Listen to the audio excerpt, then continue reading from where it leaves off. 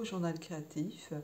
Je m'appelle Sabine, vous êtes ici sur une chaîne dédiée aux arts du fil, notamment au tricot, à la couture, au crochet, des fois à la broderie, filage, teinture, pas de tissage.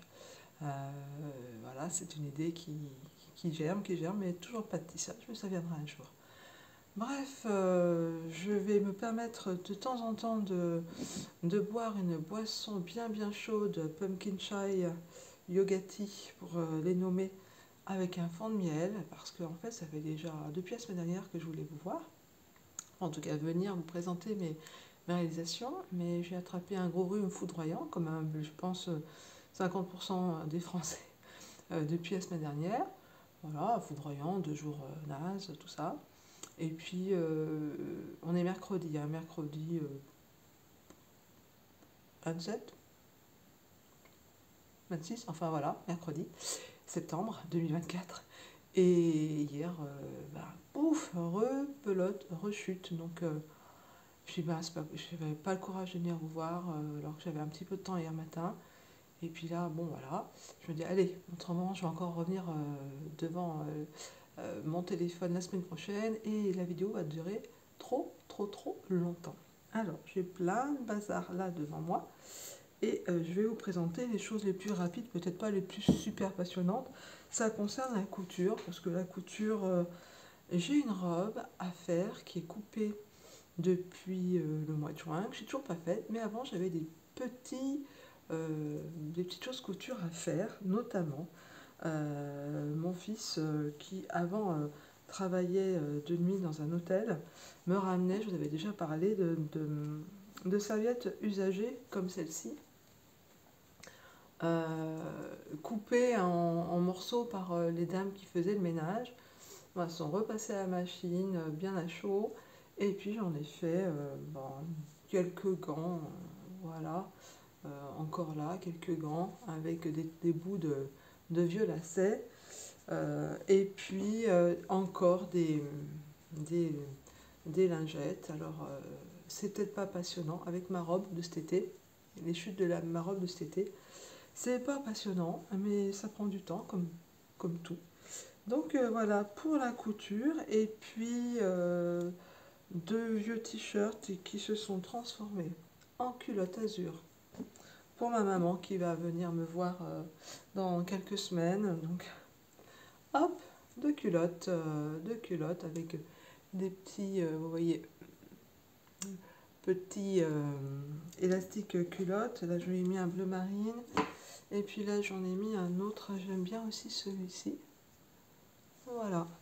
Donc bon, voilà, c'était pas très long à faire, hein, puis surtout pas très passionnant, parce que je sais pas combien de tailles de culottes, j'ai cousu depuis quelques années.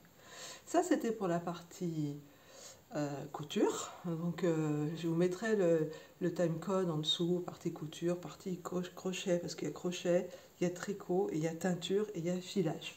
Donc on va passer tout de suite au tricot, ce qui va me donner l'occasion de vous remontrer rapidement ce que je porte. Je porte un patron, un raglan tout à fait basique que j'ai fait, j'ai pas pris de patron pour le faire.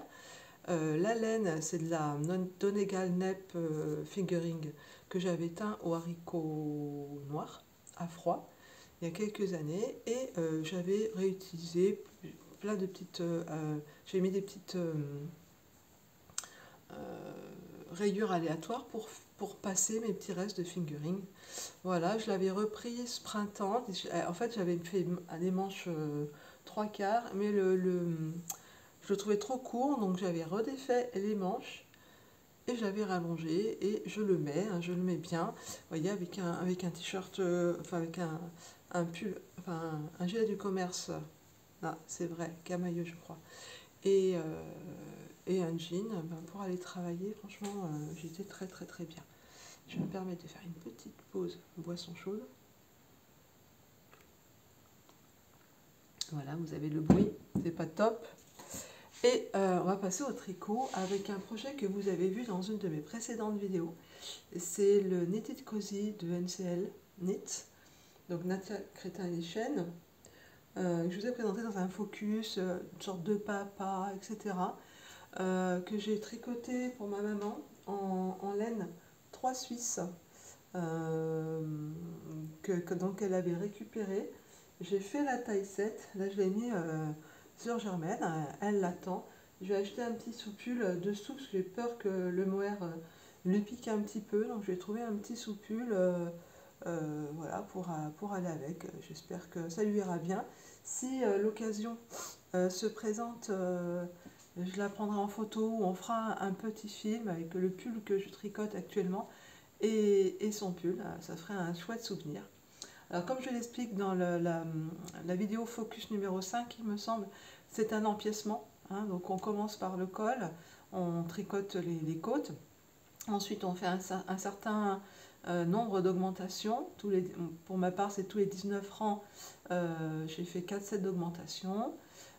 Et ensuite on sépare le corps, on met en attente les manches, les mailles pardon, des manches.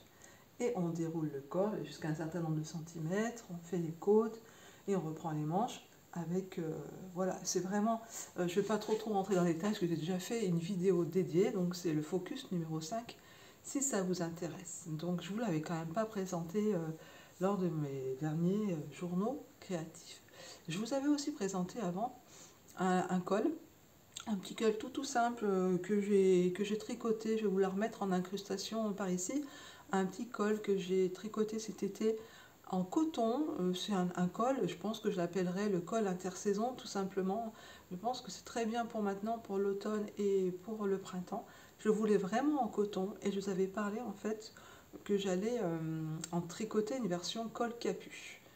Que je ne ferai pas pour deux raisons. La première, c'est qu'un col capuche pour le printemps et l'automne, ben, c'est plus vraiment un col intersaison. Donc le coton avec l'idée de la capuche, finalement, c'était pas du tout une bonne idée.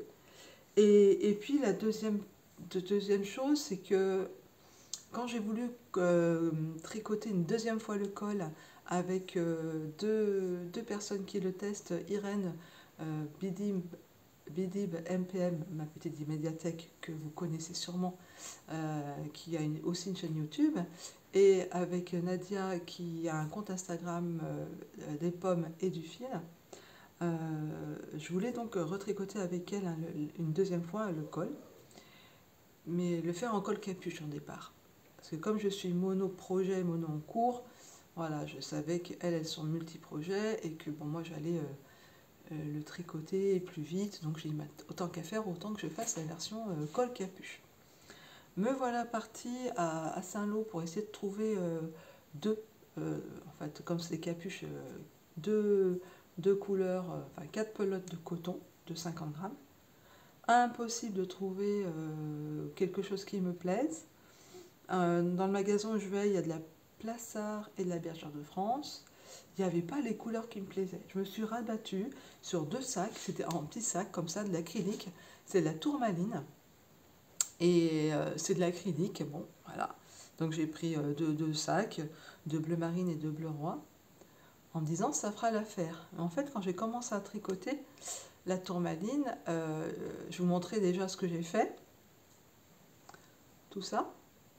Je suis pas venue à bout de la première pelote de chaque couleur. Donc, je me suis dit, ça va pas le faire. Et puis de toute façon, je voulais du coton, je voulais pas de l'acrylique. Et puis l'acrylique, il était vraiment pas agréable à tricoter. Vraiment, vraiment celui-là, cet acrylique-là en tout cas, était vraiment pas agréable. Je suis bon, je fais un peu plus que le modèle de base, un peu plus haut, parce que c'est pour mon papa et que c'est un grand monsieur avec une tête plus large que la mienne. Et puis on verra bien, et j'abandonne cette histoire finalement de col capuche. Et je reste avec mon col en coton qui va très bien. Mais quand même, pour la petite info, j'ai passé cette... donc, vous voyez comme il est fluide. J'ai passé cette tourmaline à la machine à laver à 40 degrés. Je n'ai pas hésité, c'est de l'acrylique. Et après, dans mon sèche-linge. Et là, c'est devenu une douceur, ce col. Mais d'une douceur. Vraiment. Hop, je l'essaye. Alors, d'une douceur, mais vous ne pouvez pas imaginer comme il est doux. Alors peut-être oui, l'acrylique, voilà. Au départ, de toute façon, pour mon papa, si je fais quelque chose, il faut que ça puisse passer en machine, voilà, qu'elle ne réfléchisse pas. Donc je voulais aussi finalement maintenant, je m'étais dit, quitte à pas trouver de coton qui me plaise, autant prendre quelque chose qui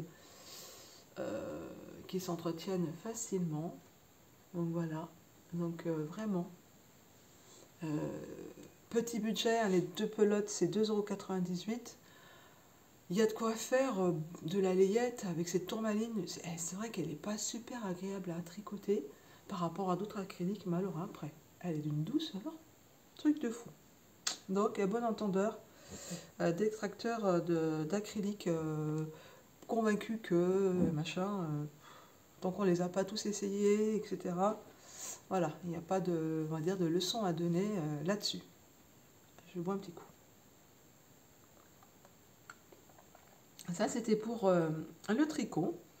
Depuis le tricot, ben, j'ai commencé un gros projet, un pull au jacquard, extrait de ce livre dont j'avais fait la présentation aussi au début de l'année 2024, Tricot nordique.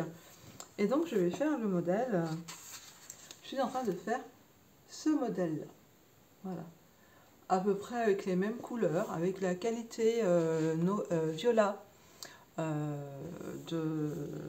une laine commerciale finlandaise. J'en suis pour l'instant ravie. Ça avance lentement, ça se tricote avec des aiguilles 3,5. Donc voilà. Pour le tricot. On va passer au crochet. Alors le crochet,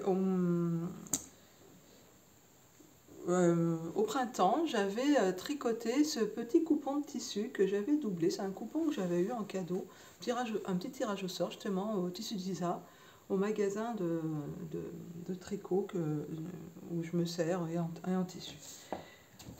Et puis je cherche le modèle. J'avais eu une inspiration. Je m'en suis inspirée, mais je n'ai pas fait exactement la même chose. D'un sac tricot-crochet. Donc voici mon sac tricot-crochet que j'ai fait. Donc j'ai relié avec un petit point bourdon chaque côté de mon sac. Ensuite j'ai fait des sortes de coquilles. Pour solidifier le haut, j'ai fait des mailles serrées et des demi-brides. J'ai fait une anse en demi-bride. Pour solidifier la anse, j'ai cousu le tissu en doublure de l'intérieur. J'avais fait des petites poches, plaquées, toutes simples à l'intérieur pour mettre des petites choses. J'ai testé la semaine dernière, et puis une petite pression pour le fermer, bien sûr, au niveau du tissu. J'ai testé la semaine dernière pour terminer l'été, parce que je trouve que c'est plus un sac quand même, vu les couleurs d'été. Un sac à main, je l'ai porté une semaine. Ben, écoutez, il fait l'affaire, il fait le job. J'ai un petit peu peur pour les anses, mais le fait de les avoir doublées, c'est quand même mieux. Ça ressortira l'été 2025. Voilà. Donc je suis assez contente de cette petite création. Alors qu'est-ce que j'ai utilisé comme fil? Alors c'est pas du fil vintage, c'est encore pire. C'était à ma belle-mère qui est décédée, ça va faire 18 ans. Et dans les placards à Grenoble, j'avais retrouvé ceci. Ça brille. Donc c'était des échevettes en fait que j'ai rebobinées. Donc c'est du retors spécial pour mercerie, 50 grammes et c'est de la DMC. Voilà. J'avais cette échevette là. Alors j'ai pas repesé ce qu'il me reste. Il me reste pas grand chose, mais je finirai bien un jour par le terminer. Et j'avais acheté 3 échevettes sur AliExpress de 100% soie. Ça c'était pendant le confinement. Alors j'avais acheté AliExpress parce que voilà, au moment où il n'y a plus personne qui livrait quoi que ce soit en fait. Je m'excuse pas parce que je commande aussi encore maintenant des choses avec AliExpress. Mais c'est vrai que voilà, il y en avait eu un coup de folie avec les enfants. On s'était mis sur AliExpress. Depuis, j'y suis toujours. Donc, il y a 500 mètres pour 50 grammes. Donc, j'en avais 3. J'ai tout bobiné. Elle a eu du mal, ma bobineuse. On voyait pas le bourrelet là, c'était comme ça, quoi. Voilà, donc j'ai doublé ces deux fils pour avoir cet aspect voilà, gris chiné. Écoutez, voilà. Ça en a utilisé un petit peu en tout cas, parce que en fait, je m'étais trompée, hein. Je pensais pas que c'était du fil aussi fin, aussi fin, aussi fin que ça. Donc ça, c'était pour le crochet, on va dire début septembre. Et puis, vous avez peut-être vu passer sur Instagram, si vous me voyez sur le compte Instagram au fil du Grand Parc. J'ai testé un patron gratuit qui nous est mis à disposition généreusement par le compte Stella Mes Petites Créations, qui vend aussi des patrons, qui est sur Instagram, qui a un blog, donc vous pouvez la retrouver, et vous pouvez retrouver son petit Monsieur Lapin. Alors Monsieur Lapin, les explications sont claires et limpides. Je l'ai terminé la semaine dernière quand vraiment j'étais pas bien, et j'avoue qu'au niveau des explications du petit combi short, j'ai galéré. Vraiment, j'ai galéré. Donc j'ai bidouillé quelque chose. J'aimerais bien un jour avoir la patience de le refaire parce que j'ai galéré. Alors ce qui m'a plu dans ce petit Monsieur Lapin, c'est que c'est un format vraiment pour enfants, qui n'a pas d'œil. C'est vraiment, on brode. Alors normalement, on peut l'enlever, ce petit combi short. Moi j'ai bidouillé. La queue, elle est... Voilà, on peut rien enlever. Enfin voilà, j'étais contente. Hein. Vous reconnaissez peut-être le coton. J'avais crocheté un haut cet été à ma fille avec ce coton. Il me reste deux pelotes. Donc j'ai pas, comment dire, fini avec cette pelote, car voici ce que je me suis crocheté. Hein. Ça y est, on est en mode automne. J'ai crocheté ça dimanche. C'était rapide. Hein. C'est une petite citrouille. Alors ce tuto, je le trouvais vraiment très bien fait. Je le ferai avec de la plus grosse laine. Il y a des centaines de tutos pour les petites citrouilles. C'est la chaîne YouTube Xuxu, hein, je vous prononce crochet. Je pense qu'elle est chinoise et c'est très très bien filmé, c'est très très bien expliqué. C'est vraiment débutant compatible. Xuxu crochet. Voilà, ça c'est ma fille qui m'a dit, t'as vu ça, c'est bien, allez hop, je le fais. Pour le crochet, c'est bon, je vais faire une petite pause boisson. Et on va passer maintenant, alors on va commencer par la teinture. La teinture, il y a quelques mois, je suis toujours un petit peu en recherche de ce qui peut se faire en teinture végétale et surtout en mordançage de laine.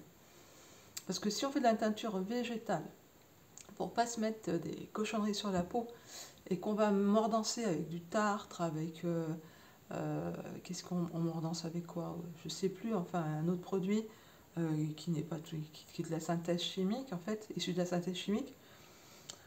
Ça me gêne un peu. Donc j'avais repéré mordancer avec des pelures de banane, ça n'a pas très très bien marché. Et mordançage avec des feuilles de camélia. Comme j'ai des camélias dans le jardin, tant qu'à faire, autant encore continuer la teinture végétale du jardin. Donc j'avais fait sécher avant de partir en vacances mes feuilles de camélia, me voilà arrivée, elles étaient bien sèches et tout. Allez, j'y vais, hein, j'ai pas peur, je prends ma laine un peu précieuse, entre guillemets, que j'avais ramenée de Finlande, la Tuku Wool en fingering. Ouais, j'ai marqué c'est feuilles de camélia. Pour la mordancer, c'était bien dit que ça allait teindre un petit peu légèrement, mais peut-être pas autant que ça. Regardez-moi ce beau rose que j'ai obtenu.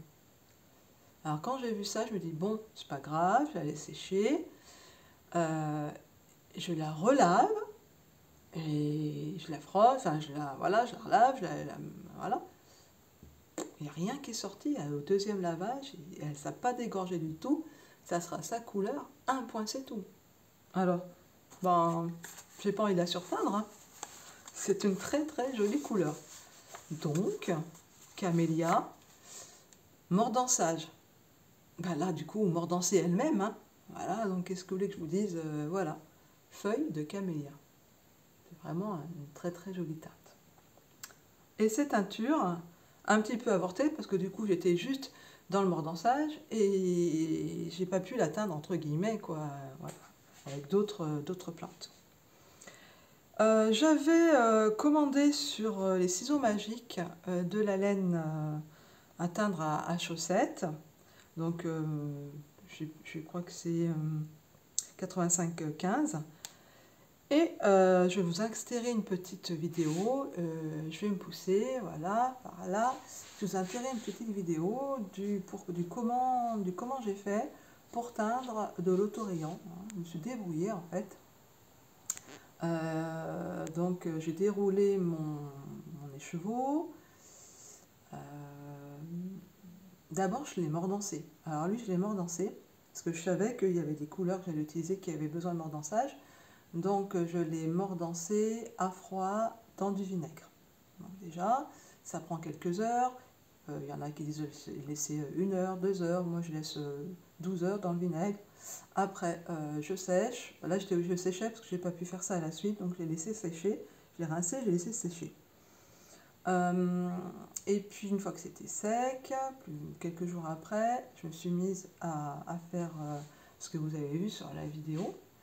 Et à choisir, donc j'avais tendu sur 8 mètres, et à choisir, je voulais 4 couleurs, dont la couleur naturelle de la laine, et 3 autres couleurs, 3 autres teintures.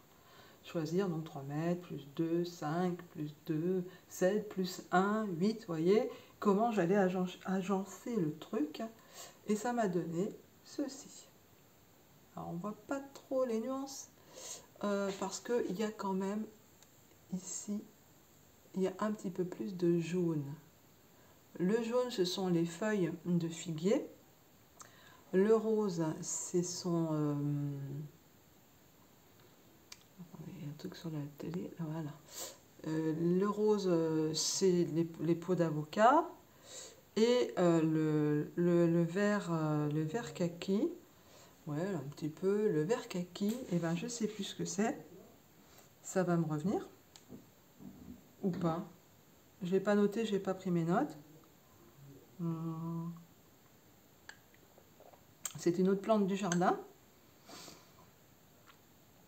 Et à figuier.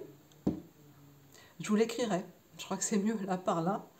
Enfin bon, du coup, il me restait un reste de bain de figuier et de ce kaki là. J'ai tout mélangé et le deuxième, je l'éteins. Et alors vous, je sais pas ce que vous allez voir, si vous allez voir un gris, mais c'est plutôt un gris vert. C'est un kaki gris vert. C'est là à l'ombre, là, je n'ai pas mis de lumière pour, voilà, pour pas avoir le reflet des lunettes, parce que dehors évidemment il fait pas très très beau. C'est plutôt un kaki gris vert. Voilà. Je suis très contente, je ne sais pas ce que j'en ferai, je le garde celui-ci. Voilà, ça c'était pour la teinture, pas teindre non plus toutes les semaines, hein, donc voilà, mes teintures végétales du moment. J'aime bien teindre la rentrée des classes parce que je laisse sécher les choses de l'été, les feuilles de figuier aussi, alors je les ramasse au fur et à mesure et je les fais sécher, voilà. Et puis les feuilles de figuier, quand on les fait cuire, ça sent vraiment très très bon.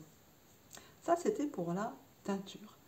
Et puis on va terminer par le filage, parce que le filage, j'étais sur de la laine mérinos très très douce que j'avais acheté au Portugal. Donc j'avais filé ceci en mai, à peu près. Mois de juin, grosse angine, etc. Je crois qu'à partir du 15 juin jusqu'aux grandes vacances, je n'avais plus le courage de faire grand chose, à part de faire mon travail et puis de rentrer, de me reposer. Et là, en rentrant des vacances, j'avais encore cette fibre rouille marron que j'ai à nouveau filée. Donc là, par exemple, j'ai 121 mètres 46 grammes. Donc j'ai retordu à 2 brins. Et là, j'ai 76 grammes 162 mètres. Donc j'ai 162 mètres, 121 mètres et 283 mètres. Alors cela me paraît plus épais quand même. Plus ça va, plus je fais de fin. Et surtout, j'ai plus l'étiquette. Alors bon, je pense avoir, vu la grosseur, je vais avoir bien 500, 600 mètres. Mais ça, je pense que ça ira dans un châle. J'ai une petite idée derrière la tête, mais pour je sais pas quand. Donc est-ce que l'idée va rester? Je devrais mettre un gros élastique marqué « Futur châle », comme ça. Voilà, alors là en ce moment je suis en train de filer de l'alpaga. Je voulais vous en parler parce que j'avais filé, donc j'ai eu de 500 grammes de toison brute d'alpaga brune et clairs. C'est là derrière, je vais aller vous les chercher.